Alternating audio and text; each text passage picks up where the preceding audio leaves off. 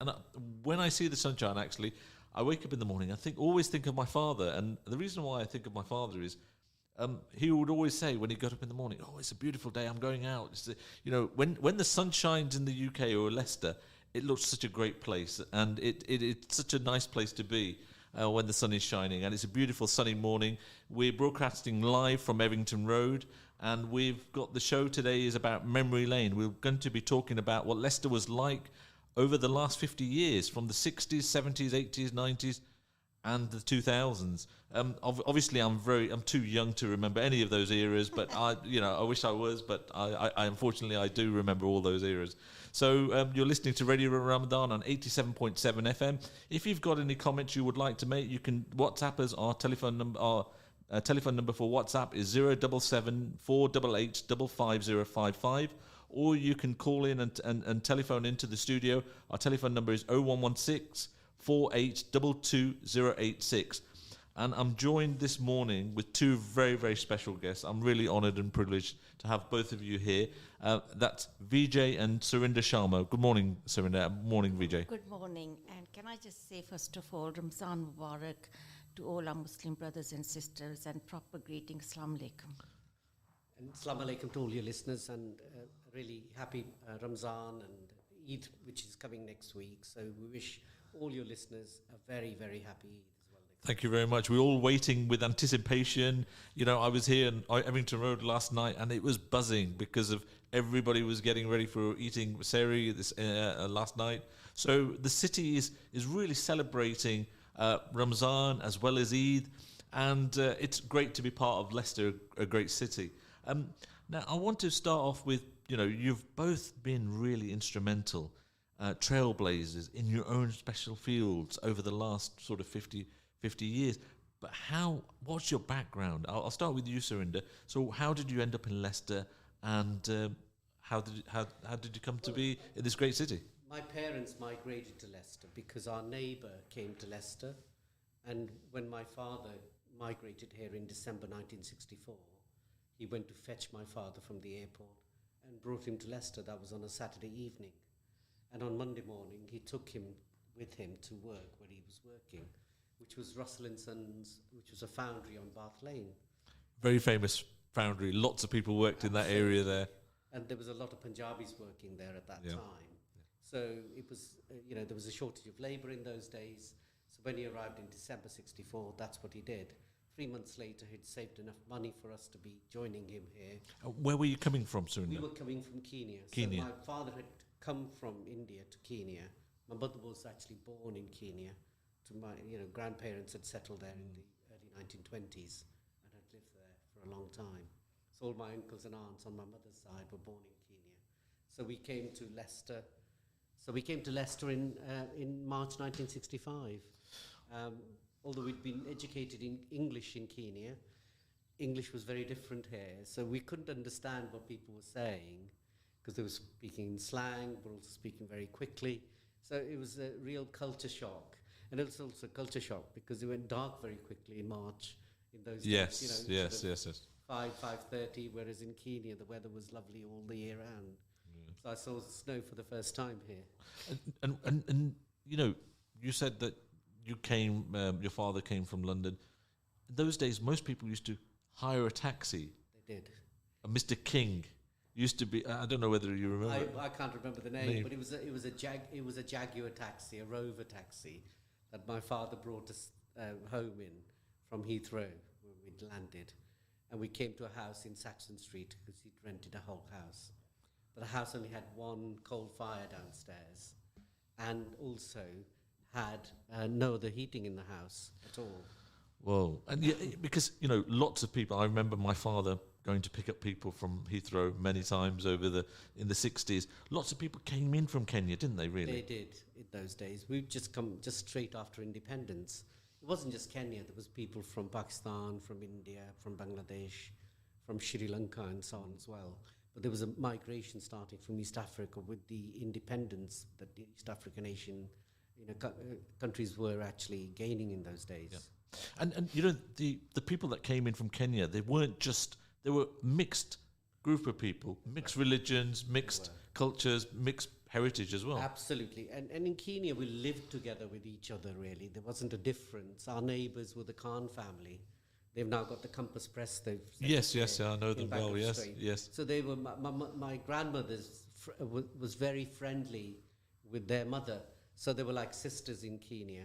So when we came here, they came to Leicester as well. We knew them from those days, even before they'd set up their own press. So, all these things, all these ties that people brought with them, and the relationships they brought with them were very different. We were very comfortable with each other in Kenya and in East Africa. There wasn't an us and them in any way in those days. And actually, to think about it, to arrive on a Saturday and have a job by Monday morning, that's not possible nowadays. It isn't. And where to go and what to do, But those were the sort of relationships that were formed in those days. Just because our neighbour happened to be in Leicester, he went and fetched my father from the airport.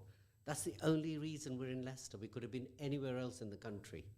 And that's, by fate, really. Leicester was a magnet, and I think as I've been doing these shows over the last few weeks, it really transpires. It's a magnet of friendship and cultures and mixed sort of environment. And it's what people had in Kenya, what they had in Uganda, what they had in other countries. They've created that here. They have, and they brought the skills with them as well. They weren't just from an agricultural background. They'd actually been in professional jobs.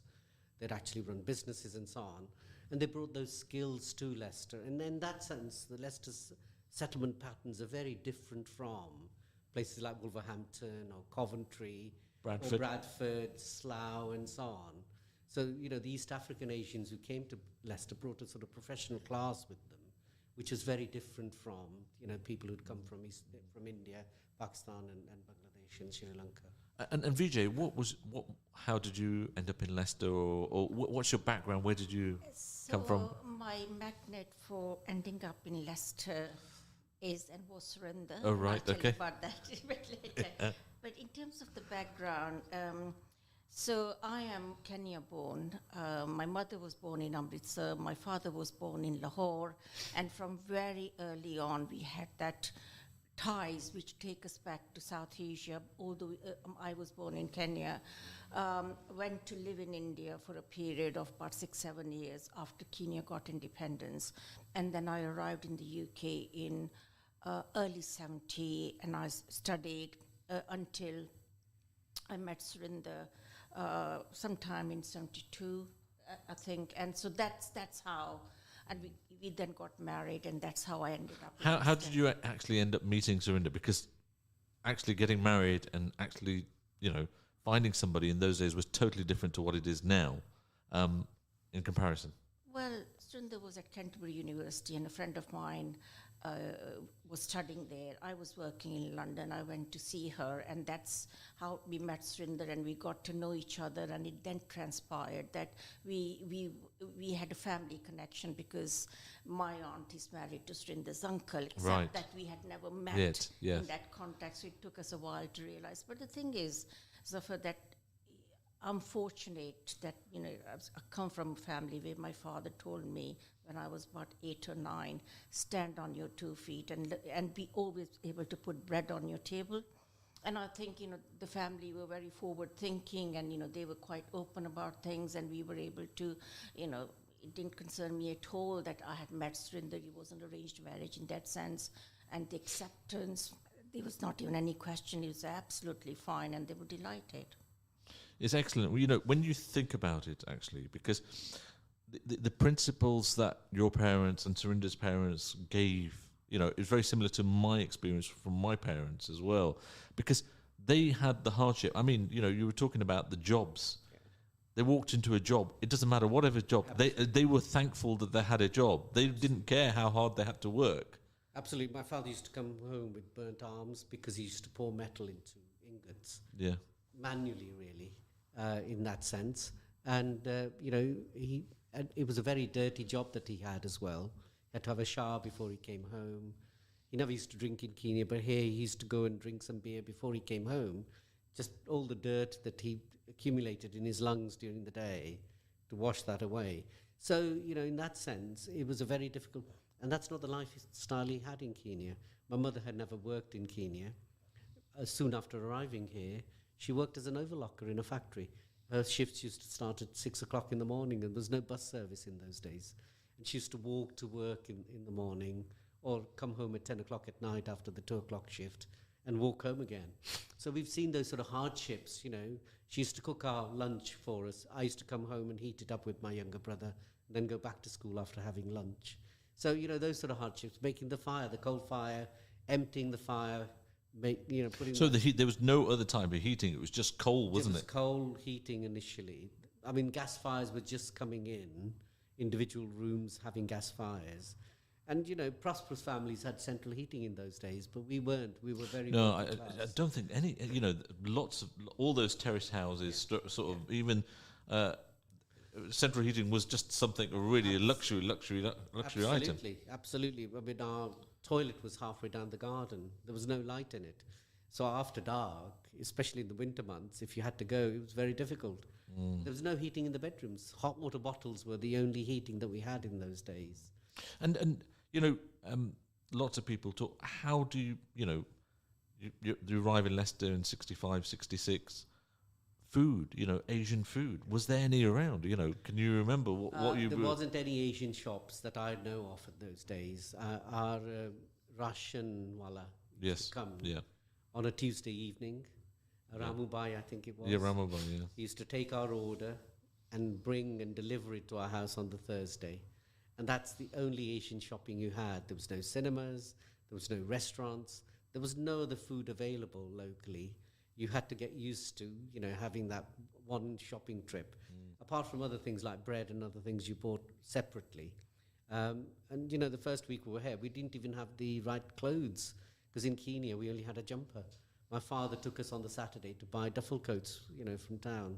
And that, you know, with the hood on, that's how we survived. But did you feel really cold all of a sudden because you were thrown into... So almost like going from here to the North Pole or something. Absolutely. I mean, the other thing was that I missed my extended family, my uncles and aunts, because I was very close to people, you know, the sort of outdoor lifestyle. Getting dark here very quickly. So I said to my mother, why have you brought me here? I want to go back. You know, so there was those sorts of feelings of... But as summer came, longer days and warmer days, you then got settled in very quickly. And we had no TV, no radio to begin with. You know, there was nothing really that we could say that, you know, replicated our life from East Africa. But I think everybody in those days in Leicester were living those kind of lives, weren't Absolutely, they? In the 60s and 70s almost. It was only probably later on in life that they think. How do you feel about the generation, you know, like your parents, like my parents probably, and like Vijay's parents, you know, the comparison, the sacrifices that they made, and the sort of the things that instilled in you? Absolutely. I think the difficulties they had, the economic hardship, because my father used to save a lot of the money so we could buy our first house. You know, we arrived here in 65. We still spent some of the money, but save a lot. He also used to send to his brothers and sisters in India as well. You know, we used to wear 2 pairs of socks, heat them up in front of the fire before we went out anywhere to walk, you know, because bus fares weren't all that easy to afford and so on. We used to walk into town to do the market shopping on a Saturday and you know, shop in other stores and then go back home again. And hardships are there, and you appreciate how difficult those times were. How challenging those times were, how isolating as well, you know, because you didn't have any friends here. The only friends we had were people who'd come from the villages that my father had come from, you know, and that's how people at work used to connect with each other, and we used to go and visit them. Our relations started to arrive later on in the 60s, but they were in London, in Southall. And later in the 60s, our holiday was to go and spend 2 weeks at our relations' homes in London. So you never go to the seaside or international holidays without the question. Yeah. Absolutely. And you mentioned, you know, that everybody worked and you're saving money to purchase a house. How much was the house back in 1966, 67? We bought a house that needed a lot of work doing to it on Sweetbriar Road, just off Winchester Avenue and Imperial Avenue on Narberth Road. Yeah. It was £1,800. £1,800, wow. And the monthly repayment was £11.70. You know, you can't buy Yeah. a lunchtime meal for £11.70 now. So you're listening to Radio Ramadan on 87.7 FM. If you've ever bought a house in the 60s and 70s, can you give us a message and see how much it was that you bought it for? £1,800 is what Surinder's father bought his house for. Can I buy 10 of those now? I wish no, but no, not quite possible. But you can WhatsApp us a message. Our WhatsApp number is 077 488 55055, or you can call in on the studio phone number, which is 0116 482 2086. You're listening to Radio Ramadan. I'm your host, Zuffar Haq, and you're listening to Memory Lane. Vijay, what was your upbringing like? Because Surinder was in Leicester. Where were you?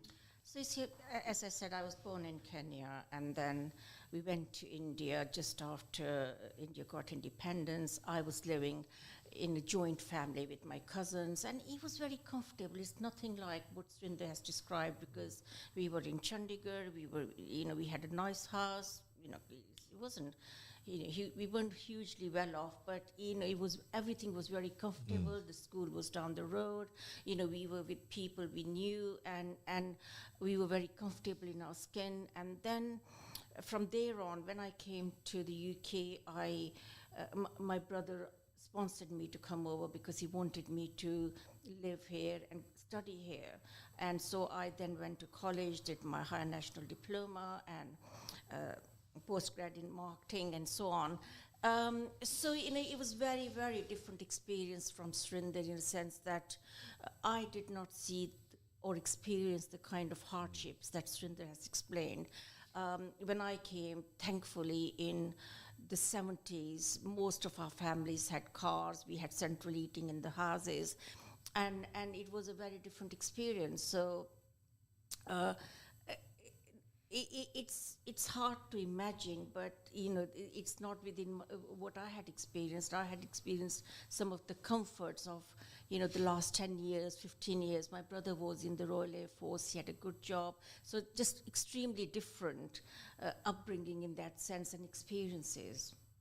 Yeah, and how did you find Leicester when you first arrived for you? Because Leicester would have been a different place compared to where you grew up. So we lived my parents were in Cambridge. I was in London. Prior to that, we were in Cotswolds. So they were predominantly, there were very, very few Asians or Asian families or restaurants or businesses. So when I came to Leicester, I think you feel at home because you can go out and, you can have your food, you can buy your food with relative ease, you can buy clothes.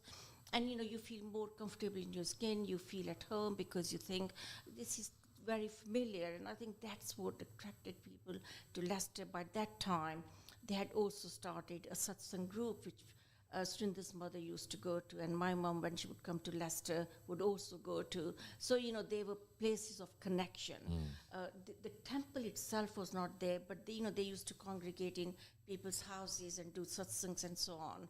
So it had a very different vibe even then. Yeah, and so you ended up in Leicester, and then you were growing up.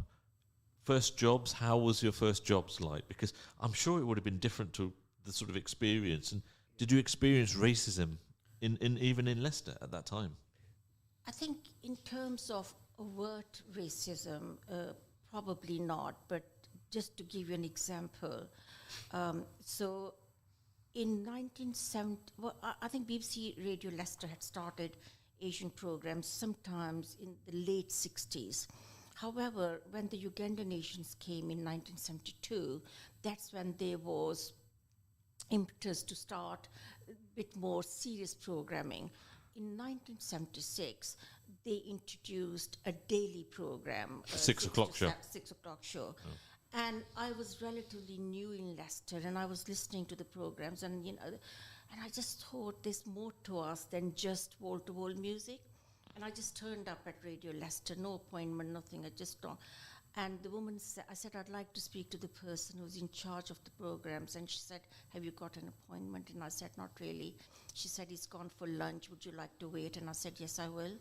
They turned up after a pub lunch, as they did at the time. And I said to him, there's more to us than, just wall-to-wall music. And his exact words to me were, Sunshine, if you think you're that good, why don't you do it? So I dropped the Sunshine bit and I started doing it. I started setting up guests for the shows, and it was important information around immigration, around benefits, around the NHS, things which people needed to know because they were still relatively new migrants to the UK. And I think that, so there was overt racism. There was a challenge saying, you'll never do it. And they underestimated us at their peril. And that's really an interesting point when you think about it, because, to actually change things, you were there, you took the opportunity, you had the background, you had the ability, and you changed things. You made a huge difference, because I remember that 6 o'clock show. My father used to listen to it every day without fail, just listen to, they had that link with the subcontinent, and that was their link for that 1 hour per day. And there was no other entertainment really. Very few people had TVs. Very few people had the luxury. There was no satellite TV, no nothing. They would not be able to, the only communication would be via letter, not even by telephone. So it was a totally different world. And you took that challenge on. Did you ever think at that time, at that moment when you were doing that, when somebody said to you, look, Sunshine, if you can do better, try and do it, that it would turn into what it's turned into today? Because the BBC Asian network is absolutely huge now. I think what it is that, when you're, when somebody, it's your upbringing, isn't it? When somebody says, no, you can't, you say, well, yes, actually I can. And also there was a lot of, we knew from our knowledge of our experiences in India, in Kenya, that there is appetite for radio listening. It wasn't a surprise to us, but it was a surprise to the radio station managers how much listening there was of radio. I think that was the first shock they got. The second was that actually it made business sense. It brought in more listeners, so they must invest in it. And I think it was success which breeds success. And also there is an element of pushing at the open door a little bit. And the third thing was that Asians particularly don't want to go into journalism, proven wrong again, because actually they were very good presenters, very good journalists. I can reel out a whole host of names, even now, who are not only just household names, but they're on the international circuit. Yeah. So, I think they learned about us through actually not realizing just the potential which we brought with us. I mean, I looking back, lots of people, talk about this. You actually brought the community together with the radio show because they listened in. My father listened in every day without fail. There was shairi, poetry, cultural, the whole setup, religious, whatever sort of angle, it was all in those shows. And that was the start of changing Leicester to a degree, I think. There was certainly an element of that because people could relate to each other, because I'm sure the listenership was pretty high in Leicester. It was extremely high, and I think it was the high listenership which made the station managers sit up and take notice of it. But also, as you said, people felt connected. If it was Ramzan going on, we would talk about Ramzan, we would talk about Diwali, we would talk about Eid, Navrat. And it's I think it connected communities, but it also, not all of us had experienced living with other communities. Some people who might have just come directly from India or other countries may not have lived with people from other faiths. And here, it was sort of, very multi-faith, multicultural, multilingual, people talking about each other's language. And it was quite an interesting melting pot of how the culture evolved and has continued to evolve since then. Yeah, I mean, it certainly was one of the moments where it started. And Surinder, did you feel that Leicester was changing for the better during your time in Leicester? I think Leicester has changed. I mean, I remember going on National Front marches because in 1973, for example, in St Margaret's Ward, the National Front came within 40 or 50 votes of getting a National Front seat. And people don't know who National Front is, because lots of people, my kids would be looking at the radio, thinking at the radio, who's National Front? National Front is the sort of racist party that didn't want migration to the UK. So they actually were anti-Asian, totally. Anti-Asian, anti-black, and didn't actually want people in Leicester. So I came through a different route, in the sense that when I was studying at Westcote School, which is on Narber Road, my careers teacher said to me, you should apply for an apprenticeship at British United Shoe Machinery Company on Melton Road. My father said, I'd rather pay his fees if the school isn't willing to pay. I'll pay his fees for his GCSE exams. In the end, the school paid, and I passed my exams. But the perception amongst people here, in terms of race, was that you're only fit enough to do those sorts of jobs. There wasn't manual jobs. There wasn't this thing about you. So when I passed my GCSEs, I went to Gateway Grammar School to do my A-levels, and then off to university to study law. Because in those days, parents either wanted you to be a lawyer, an accountant, or a doctor. It's not changed. Not changed much. There was no other profession, so I did law. But rather than practice law, I went to work for the Commission for Racial Equality in dealing with individual complaints of discrimination. So after the 1978 76 Race Relations Act, I started to work in Leicester in 1983 at the new office of the Commission for Racial Equality in dealing with individual complaints of discrimination in employment and non-employment, covering the whole of the East Midlands here. So that's how my working life started, in looking at those sort of issues that my parents and I had faced with. I mean, the interesting thing is that generation didn't say, oh, go and earn your money, go and get a job quickly. They were more concerned about making sure that the next generation got educated. My father was exactly the same. They would not take any holidays, not spend money on themselves. They would walk to work. They wouldn't catch a bus to save, whatever it might be, 20 pence or 30 pence. But they made sure that the children had everything possible to complete their education and do whatever they could, as far as they could. Absolutely. There was huge social pressure at home to be educated. That was the one thing, the opportunity my father never had, my mother never had. They wanted their children to have that opportunity. And I think that pressure at home, you can't really describe that, because and their social being was, really interested in your hands. And actually, I think that's part of the catalyst, or the part of the momentum that actually Leicester changed, because lots of people in Leicester wanted their children to be educated. Absolutely. It was certainly the community sort of spirit saying, look, we want, and on the radio, they were listening to about different people coming on radio, role models starting to appear, and it sort of transformed, because I can remember my father, and I think all of my father's sort of generation, thinking we need our children to be educated. That's our top priority. I think that's the absolute single factor which can explain and has contributed to the success of the Asian community in the UK, not just in Leicester. Yes. That's the word education. The importance that was put on education, the commitment to education, and I think that opened up doors for people. And when you look at the common strand for what the reason why Asian communities have succeeded in the way they have, is the education. Is the education. And aspiration. The education aspiration on the back of the sacrifices of the previous generations, because, we're standing on the shoulders of our parents because of the hard work they did. Absolutely. I mean, they did the factories, as you said, they did the hard work, and it does it sometimes upset you? It certainly does with me. It doesn't upset me, but because in that sense, you take on the fight that they Yes. had. I think Yes. that's the issue. Yeah. Then you try and work with institutions. You learn how institutions work.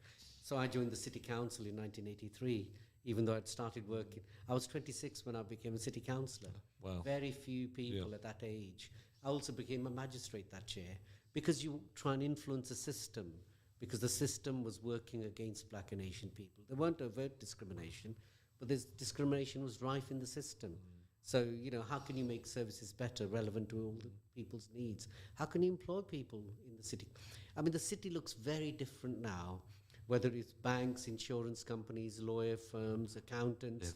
You never used to see your black and Asian face in a lot of the stores here in the city, or insurance companies, or building societies. That has changed in our lifetime. And the fact that we had a radio station from a local program into a national digital station. Yes. Leicester's been a pioneer in that sense. Very few cities can demonstrate that Leicester's record in what we've achieved in this city. I think just to build on what Surinder is saying, when he talks about institutional racism and discrimination, and it was embedded in the system, there was a concept which was color blindness. And I think it took a long time to get over the hurdle that actually you do need to recognize people are different. You know, they have a different language, different needs, and they think differently, they operate differently, and that's taken a long time, and I dare say we are not still there yet. We've still got a long way to go. Absolutely. I think everybody really, you have to recognize the sort of limitations, but you just look back, and this is an opportunity to look back at what's happened over the last 50 years. And I know Surinder was talking about his work with the Race Relations Board. You were involved in Leicester Tigers, and I mean, as a student at Gateway, I was on placement at the Race Equality Centre. It was used to be on London Road opposite the station in those days, 39 London Road. So I still remember those days. And when I was a councillor, we actually asked Leicester Tigers not to send their players. They used to be amateur players in those days. There wasn't professional clubs for a tour of South Africa. because of apartheid. Because of apartheid. Because as a city that was proud of its multiculturalism, as a city, they should be proud of the city and not send their players and try and stop them. But Leicester Tigers said they couldn't. So we actually said that they could, and we banned them from using the Welford Road Recreation Ground as their training facility, which was next door to the Tigers Club. Yeah. We were then taken to court under Section 71. So the council effectively banned Leicester Tiger players playing there at that time. Yeah. Practicing there. They Practicing could still there. play. Yeah. And in the end, the court case went to court, first of all in the High Court. The Playgrounds Association helped financially Leicester Tigers, and the case went all the way up to House of Lords in defining the role of a local authority under Section 71 of the Race Relations Act in terms of promoting equality of opportunity, eliminating racial discrimination and fostering good relations. We went all the way up to the High Court of Appeal, but we as a Leicester Council lost the case in the House of Lords. But in the end, it used to be known as the Welford Road Recreation Ground. We named it in 1986 as Nelson Mandela Park. I remember the opposition and the hate that we got, and I personally got, because I was in the forefront of naming Nelson Mandela Park. After that, it's widespread. Other cities did things like that.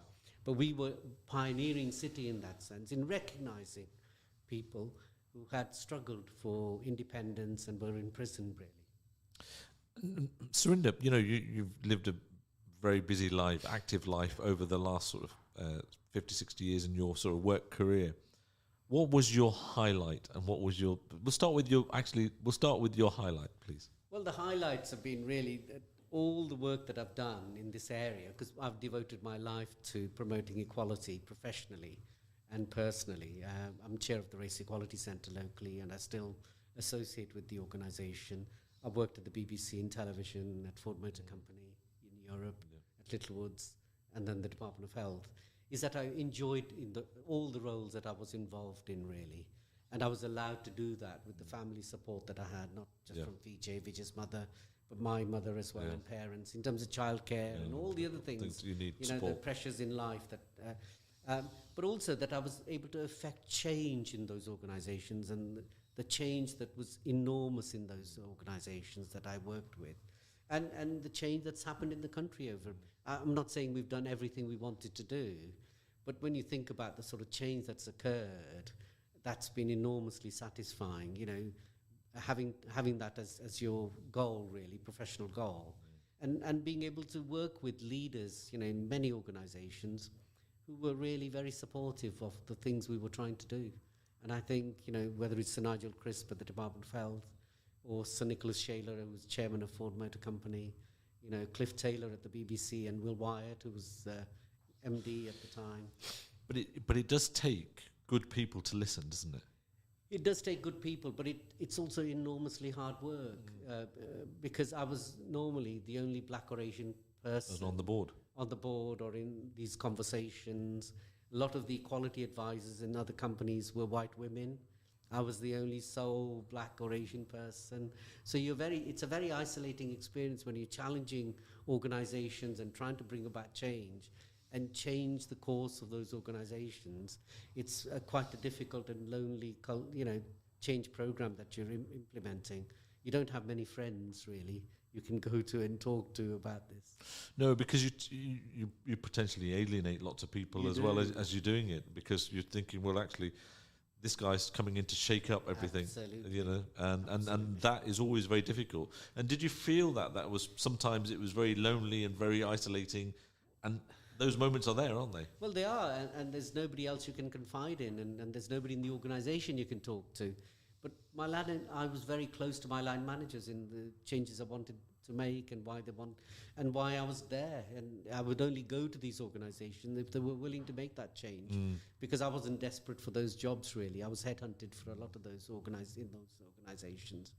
And really, I've carried on doing that work, even beyond my sort of professional life. I do a lot of work in organizations. I'm chair of the board of the Leicester and Rutland Football Association, where I'm trying to bring about that same change that we started with the Race Equality Council 40 years ago. But what surprises me even today, is that many organizations have moved forward. But sport is one area, whether it's Leicester Cricket Club, whether it's football, whether it's other sports as well, that has stayed as if it's still in the 1950s, as the world around them hasn't changed, really. Why is that? Why has that not changed? Because we've heard over the last 12 months lots of cases on the cricket front, lots of issues that have coming up from different counties across the country. Why is that really struggled to change with the times? I think because the membership has stayed very staid. It's still those people who were involved many years ago, and change hasn't penetrated them. New people haven't gone into those organizations. Flesh blood hasn't gone into those organizations. And there hasn't been that challenge either, in those organizations as there was in business and in, public sector organizations. That they've been shielded from that challenge. They've actually been they've isolated themselves. Almost in a time warp. But yeah, absolutely. But there's also been an issue where we haven't engaged with them either, until I went as a board director last year, as the chair of the Inclusion Advisory Group. That's how I joined the board of the County Football Association. Not many people joined them either, and professionally challenged them from the inside. It's all very well criticising people from the outside, unless you go and spend the time and put the energy in making that change. Change just doesn't happen. Doesn't happen. No. And actually, do you think that advice has come from your parents, or has it? Because I think that's some of the kind of things that my father would have said to me. Go and change it. We're there to change things. Absolutely, and we have it in our power to change things, to go into organizations, to be that change. Unless you're willing to do that, it's very difficult. I don't think it's parents. I think it's that inner belief in yourself that you have the skill set to go into an organization and actually try and change it for the better. It's not that you're trying to take that organization forward and be more relevant to the customer base, whether it's football, whether it's cricket. I mean, South Asian communities, they're cricket mad, whether it's Pakistan playing, Bangladesh playing, India playing, Sri Lanka playing. But when you look at Leicestershire County Cricket Club or all the other county cricket clubs, they've not really harnessed the energy of those communities and living in those local areas, and never really contacted them or make them feel part of the cricket scene in those counties. And I think it's high time that those things have changed. I think it's going to be an evolution of that, and it's going to take a little bit longer to achieve that. Vijay, what was your low point during your career at the BBC, which was, you were the... I think the low point, which was then turned into a high point, was, you may or may not recall, Zuffar, but there was a proposal at one time to close the Asian network down, along with Six Music. Yes. And I think that's when I saw the power of an institution against just one person, because I was the only person in the BBC saying, I do not agree with this proposal. And when I said that, my staff were backing me, they were on my side. And there was a moment in time when all the most senior people in the BBC were around the table, mostly men, couple of women, and just me, one non-white person saying, the only person saying, I do not agree with the proposals because you've not produced convincing evidence. And I was able to make my case to the DG, which I am happy to admit they were not, and they had to turn that decision. That's when I realized that actually you need more people like you who would. It wasn't just the fact that they were white, they didn't support me, they were not convinced of the argument for having a discrete service. My argument was that there are a number of discrete services and we should give people a choice of listening. So I think that could have been potentially quite a low point, but I think what they say is that sometimes when there's a challenge, it can be turned into something positive, and you make a case and case again for it. And now I don't think that's on their radar any longer. But in terms of low point, the high point was actually the setting up of the station and making it from local to regional to national to digital and having it sort of multi-sided. When I was working for Leicestershire County Council, I was the first person who was instrumental in setting up employment targets for social services. Well, it's history now, isn't it? But at the time, was there opposition to it from very senior officers? The low point, if there is one, is, as Surinder said, we were able to pursue our careers on the shoulders of, in my case, my mother. And I don't think I thanked her enough. If there's one thing I could do differently is that, I didn't say it enough and I didn't thank her enough when, she was doing all this. And that has stayed with me. But apart from that, I am really blessed in many ways. So, that's I think everybody would say that. I would feel exactly the same. So, I'll do a special. I think everybody should do a special dua, special prayer for their mothers and fathers who might be there, might not be there. Just go and say thank you to them for the work that they've put in, the sacrifices they put in, because we have been able to do what we've been able to do in Leicester. Vijay and lots of people like Surinder across the city who have changed things for the better because of the sacrifices and the dedication that they had in comparison. I sometimes think, wow, do I have the same dedication to my children as my father had to me? I don't know whether I do. And the sacrifices. So, it is really, really important that we recognise that. And I think that's one of the things that makes Leicester unique in lots of ways, because there was that thought, that, thinking of, we've got to do this better. We're here to live now. Let's make this our home, and let's try and do that. I think for one thing would be worth saying that what we had was our commitment and passion and skill set. However, we had like-minded people working with us as well, and there were many allies in that sense. Because lasting change doesn't happen in isolation. No. Absolutely. No. And a lot of my parents' generation, initially people who came from India and Pakistan, they were only here to earn money. Yes. They lived a very frugal lifestyle. They saved all the money and sent the money back, because they all felt after 2 or 3 years they were all going to go back, build these nice houses and live there. But that never happened, really. It's only when families started to arrive here and join the individuals who were here as single men, that Leicester and cities like Leicester changed, It really. dispelled the myth of return. Yes. That's how it started, but it was never going to happen, was it? No, it was never going to happen. We're running out of time. We've got just about a minute left. Any final thoughts from Vijay? I think the thoughts, there are a lot of things going on, and there's a lot of need in the community, different sort of need. It's not just to do with race, it's to do on a number of fronts, whether you take disability. There are many inequalities. In this country, and our town and city are not exempt from it. So I think there's always more and fresh challenges, and I certainly feel that there's a lot to be contributed to. I think we've all got a chance to contribute and give and serve people. I think that is the biggest message I can give, is that we've the ability and the skills to serve other people. Thank you very much. Thank you very much. I'm truly honoured and privileged to have you both in the studio. Thank you very much, Vijay. Thank you very much, Surinder. So thanks, and could we wish your listeners Eid